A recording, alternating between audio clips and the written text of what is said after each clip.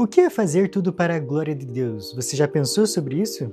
É exatamente sobre isso que nós vamos estudar hoje. Então fica comigo até o final que você vai receber o desafio da semana.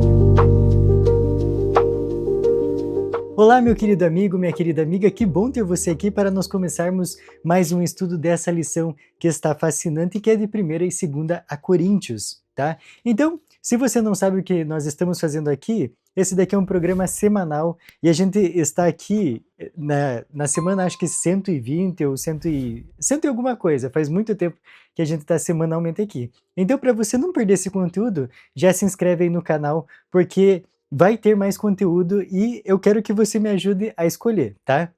Antes da gente começar aqui, eu gostaria de falar um pouquinho com você sobre isso. Tem algumas coisas que eu estou pensando aqui em fazer, como trazer o livro de Provérbios, né, que eu já falei aqui no canal, só que eu quero entender o que você quer, porque pode ser vídeos curtos, ali entrando em um versículo por capítulo, ou uma coisa muito mais forte, que seria aí ver o capítulo inteiro. Então, acho que um vídeo de 30 a 40 minutos para a gente aprofundar bem esse tema. Só que aí, se for desse tamanho de vídeo, não dá para fazer todo dia, né? Então, como se fosse aí um mês completo.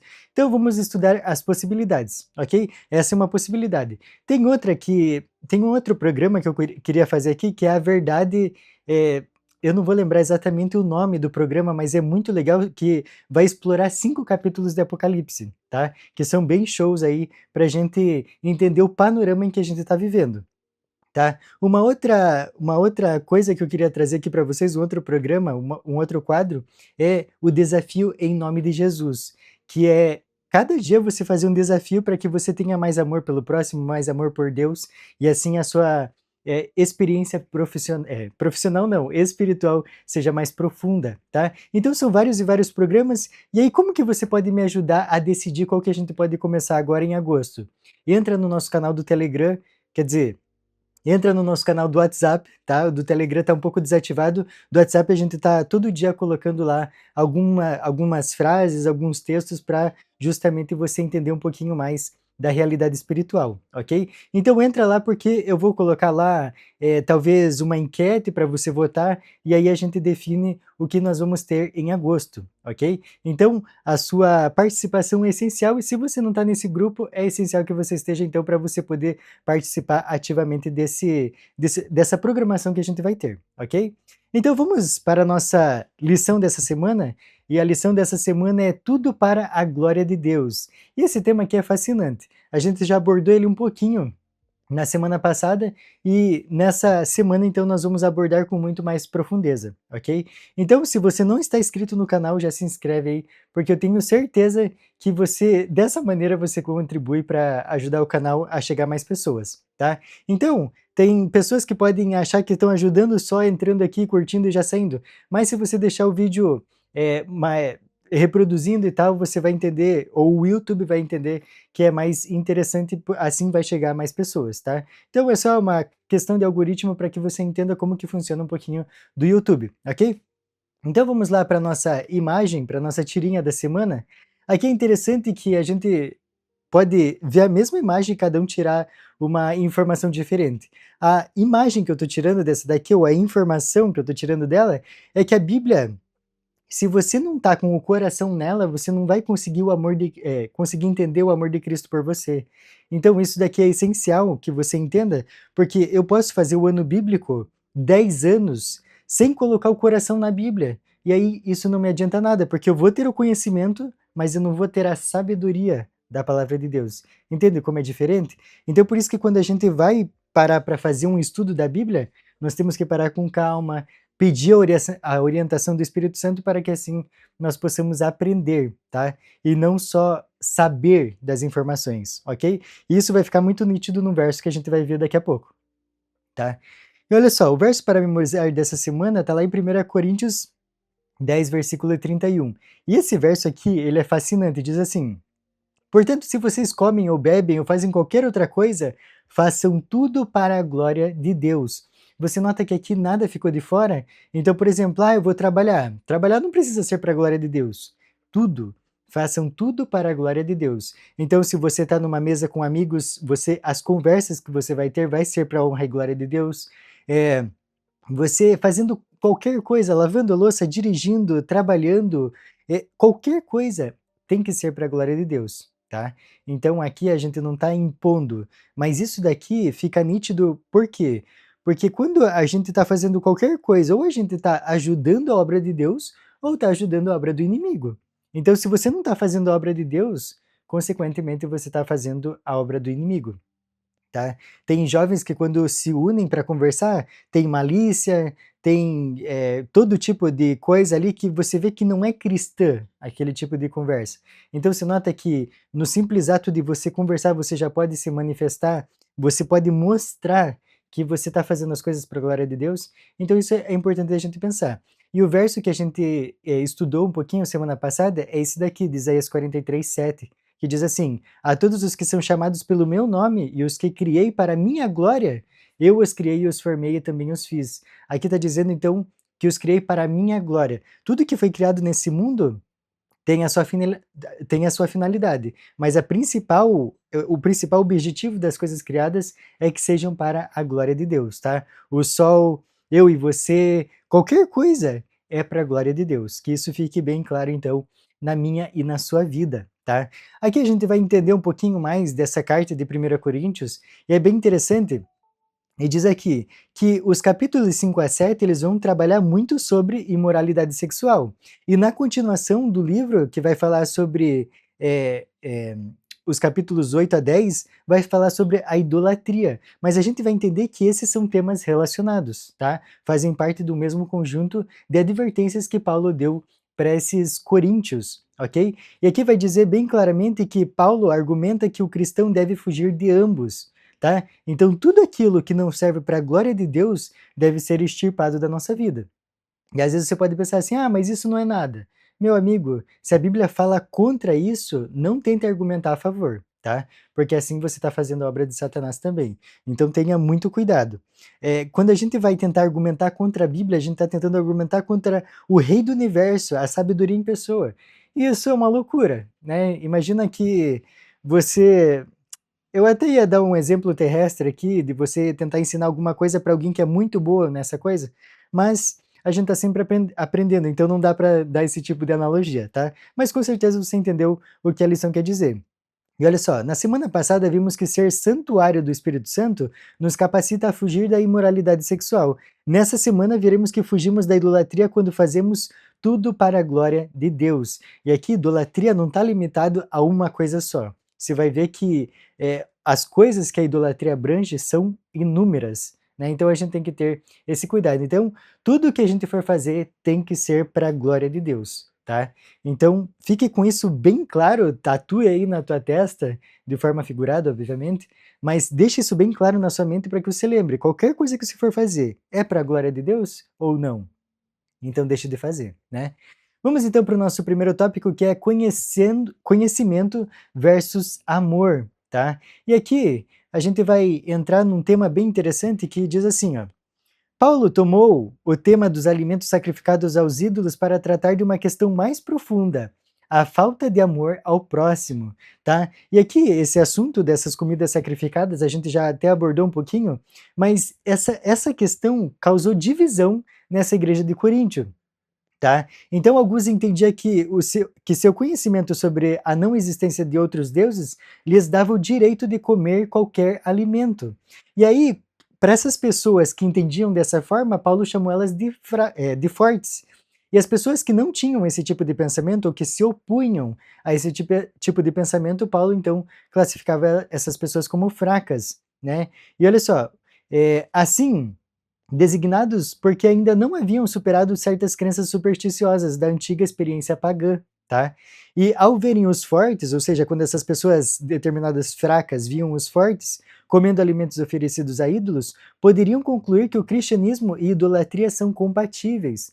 Então, sabe quando você vê alguma coisa lá no mundo e vê a mesma coisa aqui na igreja, você pode parecer que é tudo na mesma plataforma, né? Mas não, é muito diferente. Assim como até tem um verso de Jeremias bem interessante que eu não vou lembrar exatamente como ele fala, mas assim como a terra é distante do céu, assim são os pensamentos de Deus. Então, assim como as coisas da terra são diferentes da de Deus, elas estão muito longe de uma coisa da outra, tá? Não tem como essas coisas se misturarem. Não dá para misturar trevas com a luz, ok? E aqui diz: por isso Paulo não queria que os fortes se tornassem tropeço para os fracos, tá? Essa era uma preocupação muito latente na vida de Paulo. E diz assim: a preocupação principal era a falta de unidade que o mau uso do conhecimento podia provocar. Conhecimento sem amor não é conhecimento genuíno. E aqui eu gostaria de que você entendesse essa frase que a gente leu, que o conhecimento verdadeiro surge somente quando alguém ama a Deus e é por ele conhecido. Essa frase é muito importante da gente entender porque os fariseus tinham muito conhecimento da Bíblia, só que eles não tinham coração na Bíblia, então era mero formalismo. Então, quando diz aqui, conhecimento sem amor não é conhecimento genuíno, é totalmente verdade. E isso a gente pode ver bem, então, na vida dos fariseus, o quanto eles foram uma pedra no sapato de Cristo, né? O quanto eles tentavam argumentar com argumentos vazios, algo que eles queriam só viver pelas aparências, né? Queriam só as honras e o coração estava bem distante de Deus. Então, isso é um perigo. E aqui, então, a gente tem essas histórias na Bíblia para justamente a gente entender: será que nós estamos fazendo a mesma coisa? Será que nós estamos indo pelo mesmo caminho? Então a gente tem que ter esse cuidado.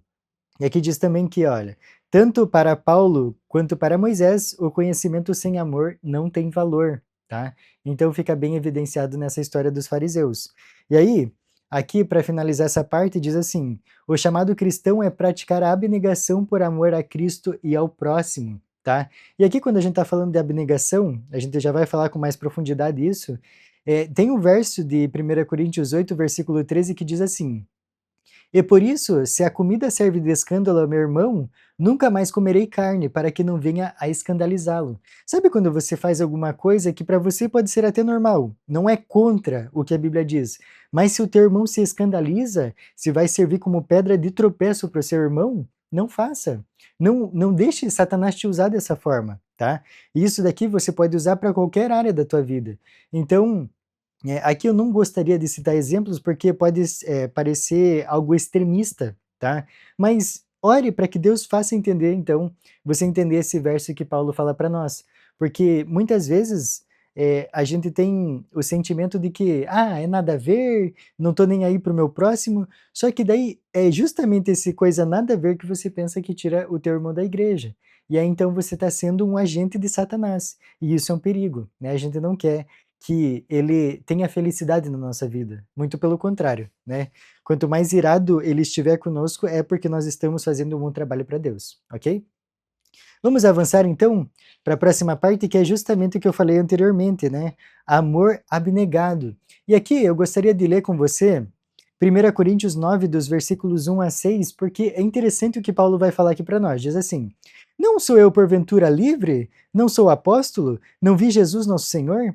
Acaso não sois frutos do meu trabalho no Senhor? Se não sou apóstolo para outrem, certamente eu sou para vós outros, porque vós sois o selo do meu apostolado no Senhor. A minha defesa perante os que me interpelam é esta: não temos nós o direito de comer e beber, e também o de fazer-nos acompanhar de uma mulher irmã, como fazem os demais apóstolos e os irmãos do Senhor e Cefas? Ou somente eu e Barnabé não temos direito de deixar de trabalhar? Aqui, se você veio de uma leitura continuada do capítulo 8, você vai, aparentemente, parece que não tem essa continuidade na história, né? Mas aqui vai falar que a Bíblia ela não foi escrita dividida por capítulos. Isso daqui que a gente está lendo é uma carta, tá? Essa divisão de capítulos e versículos é justamente para deixar mais fácil da gente estudar a Bíblia. Mas quando ela foi escrita, ela não tinha essa divisão. Tá? Então aqui a gente vai entender um pouquinho do que ele está falando, e você vai ver que casa bem com o que ele estava falando anteriormente. Aqui diz assim, alguns tópicos, né, do qual que foi a abnegação, então, de Paulo. Comer e beber, olha só a explicação que interessante.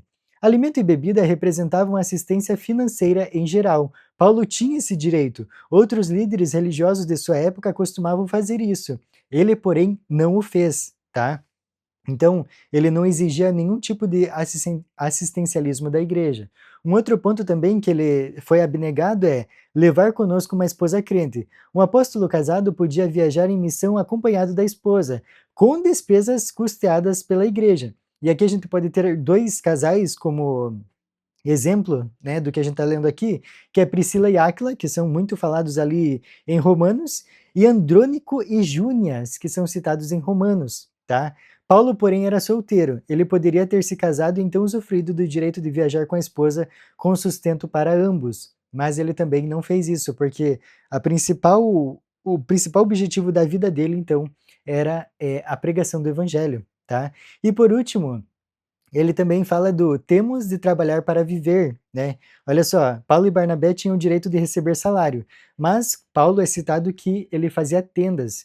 Então, pensa o quanto Paulo era incansável.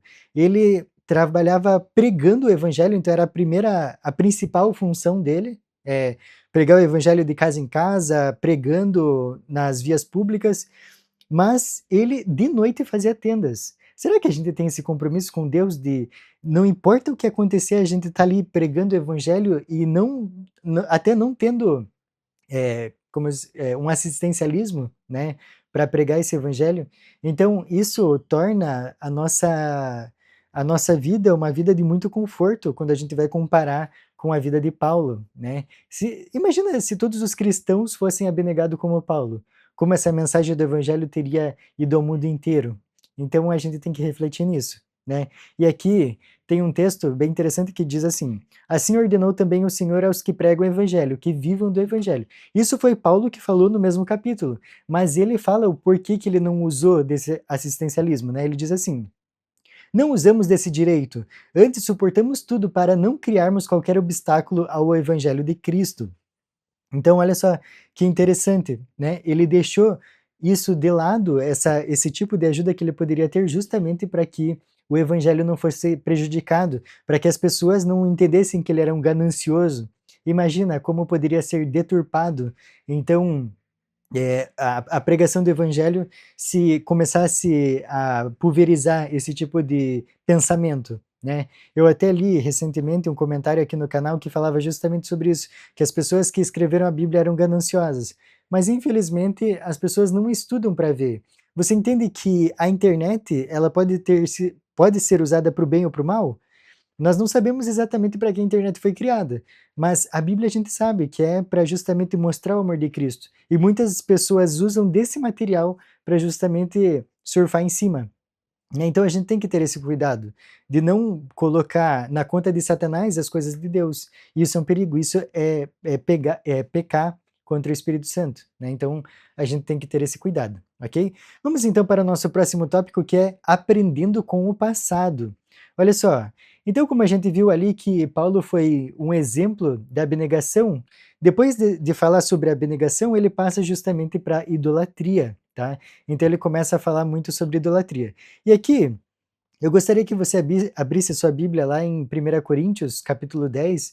Você vai ver que o subtítulo desse capítulo é Exemplos da História de Israel, tá? E esse capítulo, ele começa justamente Paulo falando sobre o povo de Israel no deserto, tá? E é uma história fascinante que ele tem que lembrar, porque isso daqui foi escrito para que nós, hoje, não caiamos no mesmo erro do povo do passado, né? Diz assim: 1 Coríntios 10 ensina que, em certo sentido, os cristãos estão vivendo as mesmas experiências que Israel passou. Paulo recordou a história israelita porque não queria que ela se repetisse. Então você entende que a gente lendo e entendendo eh, a nossa história, né, que já passou, obviamente, a gente não vai repetir os mesmos erros? Isso é para qualquer área da nossa vida. Então, se você sabe que se você fizer A, B e C, você vai ter o resultado D, então você evita fazer essa sequência, entendeu? É exatamente isso que para que a Bíblia, né, nos adverte, né? E no versículo 11 diz assim, ó: estas coisas lhe sobrevieram como exemplos e foram escritas para advertência nossa, eh, de nós outros sobre quem os fins dos séculos têm chegado. Então, geralmente quando a gente vai ler a Bíblia, a gente fica julgando o povo de Israel, né? Olha só, mas que povo mais mesquinho. Esse povo tinha tudo de Deus e mesmo assim reclamava. Mas você nota que a gente está numa posição muito mais confortável e reclama muito mais de Deus? E isso é muito triste para o coração de Deus, porque ele já sofreu com o pessoal lá do passado. E aí escreveu justamente para que o povo de agora não reclame, não murmure, né, saiba exatamente o que fazer. E mesmo assim a gente erra e ainda pior, né, porque a gente tem esse conhecimento. E aqui diz assim: "É fácil apontar o dedo para o antigo Israel e dizer que cometeram pecados graves". Olha só. E aqui no versículo 12 diz assim: aquele, pois, que pensa estar em pé, veja que não caia. Então, a pessoa que se sente em cima da carne seca, né, tá tudo certo, assim como o fariseu pensava, né, eu sou o melhor, eu sou filho de Deus, eu sou descendente de Abraão, e aí não fazia o que precisava ser feito. Aqui diz o seguinte: a expressão aquele que pensa sugere que alguns na igreja não percebiam o perigo real de cair nesses pecados. Corremos hoje o mesmo risco? Com certeza, né? Corremos e muito esse risco, justamente porque a gente vê isso na nossa vez, né? Muitas pessoas, tendo só o nome na igreja está tudo certo, é a mesma ideia do fariseu que falava que era descendente de Abraão e estava tudo certo. Então, a gente tem que ter esse feeling, esse sentimento de pensar: será que eu estou no caminho certo? Será que só por dizer que eu estou na igreja está tudo bem? É a única coisa que eu preciso fazer? Então, a gente precisa pensar sobre isso, tá? E aí, então, na sequência, a gente vai para a advertência contra a idolatria, tá? E antes de começar esse tópico, eu gostaria de perguntar para você: o que é idolatria para você? Você pensa assim, às vezes, é adorar um ídolo, né? Fazer um culto ali, e assim como esse pessoal aqui fez, né? O pessoal de Israel, que adorou um bezerro de ouro. Mas você sabia que, na verdade, quando a gente está falando de idolatria, pode ser qualquer coisa? Você sabia que o teu filho pode ser um tipo de idolatria para você? Um celular, às vezes um livro, qualquer coisa pode ser uma idolatria, uma namorada, né, um namorado, um carro, um trabalho. Você entende que idolatria é quando você nota que aquilo está te ocupando os maiores pensamentos, o melhor tempo. É quando você para refletir dessa forma que você vê quem que é o Deus na sua vida. Se Deus não está em primeiro nas suas conversas, nas suas atitudes, nos teus pensamentos, você vai notar que Deus não é o que está ocupando o primeiro lugar na sua vida. E até a Bíblia vai falar, né, a boca fala do que está cheio o coração. E é exatamente do que está cheio o teu coração, que é o teu ídolo, ok? Então vamos aqui entrar agora a partir do verso 14 do capítulo 10 de 1 Coríntios, para a gente entender um pouquinho mais sobre essa advertência contra a idolatria. E aqui é bem interessante que o verso 14 diz assim: portanto, meus amados, fugi da idolatria. Então, idolatria pode ser qualquer coisa, como eu falei para você, tá?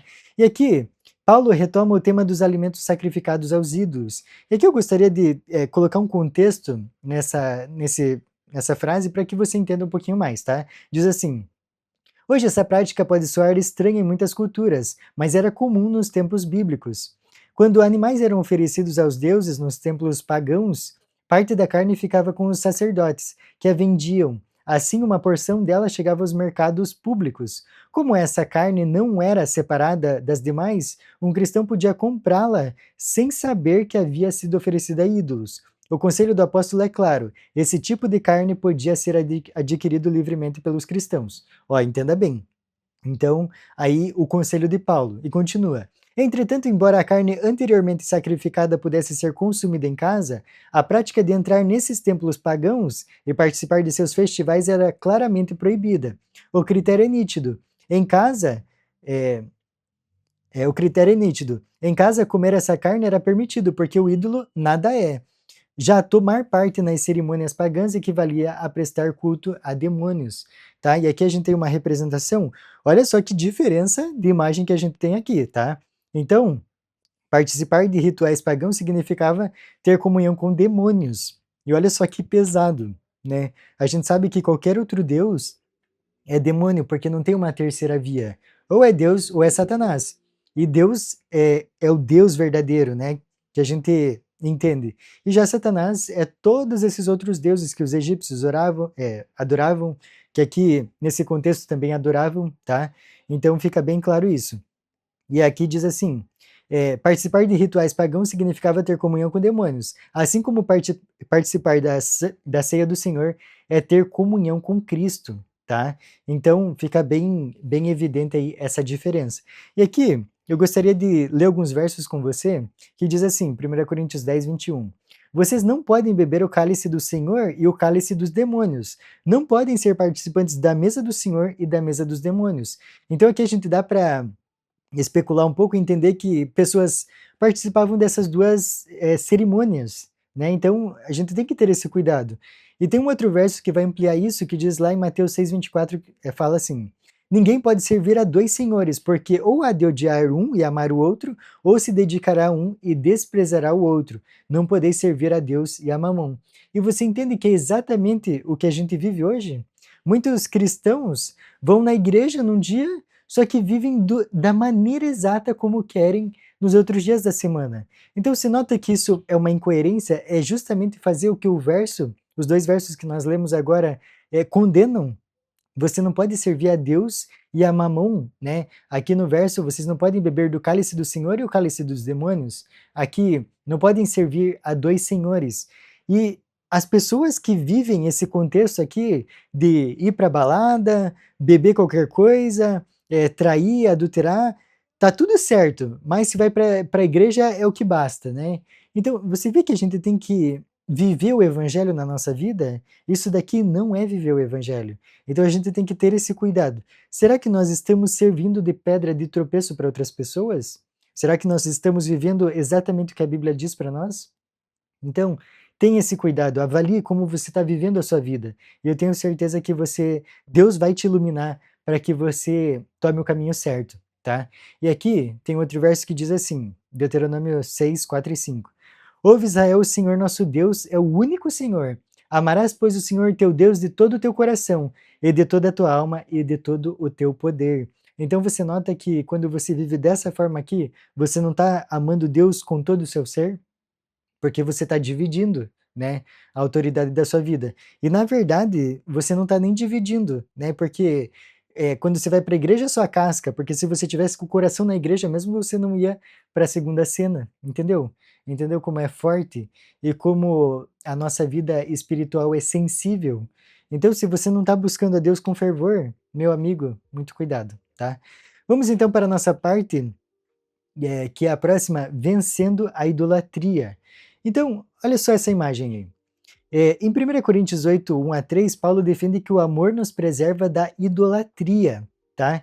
Então, se você for lá em Marcos 12, dos versículos 28 a 31, vai falar exatamente sobre o que a gente falou ali de amar a Deus, tá? Ali, na verdade, esse Marcos 12 é Jesus fazendo referência a Deuteronômio, tá? Então, você pode pegar aí na sua Bíblia e a gente lê esses 3 versos, porque vai ajudar um pouquinho mais o nosso estudo, ok?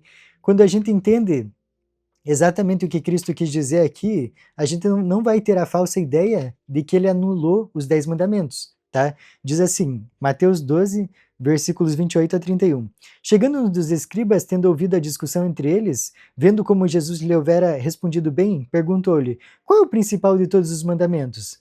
Respondeu Jesus, o principal é, ouve, ó Israel, o Senhor nosso Deus é o único Senhor. Amarás, pois, o Senhor teu Deus de todo o teu coração, de toda a tua alma e de todo o teu entendimento e de toda a tua força. E o segundo é: amarás o teu próximo como a ti mesmo. Não há outro mandamento maior do que este.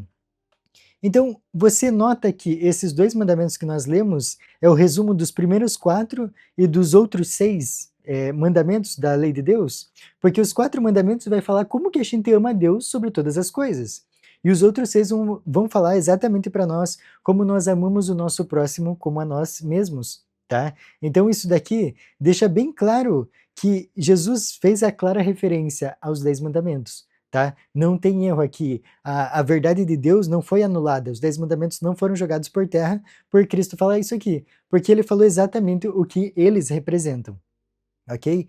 Então, esse foi aí uma forma de Deus mostrar para eles que toda a lei dele é importante, tá? Não tem um mandamento maior ou menor. Não tem aquele que, esse daqui você pode pecar e esse daqui não. Esse daqui tem mais peso. Não, todos estão no mesmo patamar, tá? Então a gente tem que ter esse cuidado. E aqui a gente vai ver que para vencer a idolatria é só você ter uma frase na cabeça: façam tudo para a glória de Deus, que é exatamente o verso que a gente viu lá no início, né, que é 1 Coríntios 10:31. Qualquer coisa que usurpe a glória que pertence somente a Deus é uma forma de idolatria. Então, como eu falei para você anteriormente, pense, veja o que você tem feito. O que mais tem sobrecarregado você? O que mais tem consumido o teu pensamento? É justamente essa a sua idolatria, tá? Se não é Deus, se não é a glória dele, então a gente tem que ter esse cuidado. E aqui eu quero deixar bem claro que qualquer coisa pode ser, então, pode ser idolatria na sua vida. Então, essa imagem aqui é bem representada, né? E você nota que a Bíblia está lá no canto, então quando a gente passa muito mais tempo com celular, com mídias, streaming, comidas até, né? Então, a gente vai tirando Deus do foco da nossa vida, né? Então a gente tem que ter esse cuidado, tá? E para a gente entender o exemplo de Paulo, diz assim: Paulo deixa claro que não buscava o próprio interesse, mas o de muitos para que sejam salvos. Era assim que ele imitava a Cristo. E quando você tem esse pensamento, assim como Paulo, de trazer a glória de Cristo para a vida dos outros, você vai notar que o seu eu vai se esvaziando, tá? E aí você vai entender que a idolatria não vai fazer parte da sua vida, porque o teu foco vai ser Cristo. E é aí que tem que estar o seu objetivo de vida, ok? E com isso eu gostaria de ir para o desafio dessa semana, que é: anote o que tem roubado seus pensamentos e tempo, tá? E aí você vai saber exatamente o que está consumindo a sua vida, o que está colocando ou o que você está colocando em primeiro lugar, ok?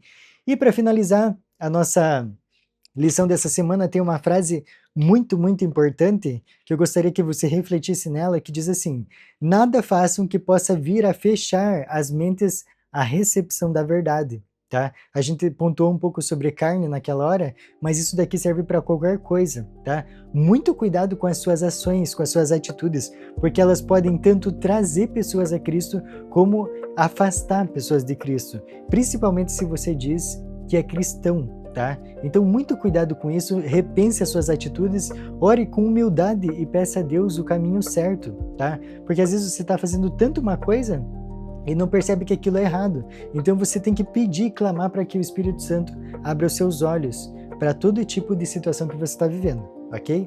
Eu espero que essa lição tenha te ajudado. Foi muito legal trazer um pouquinho mais dela aqui para você e eu te espero na próxima semana. Até mais!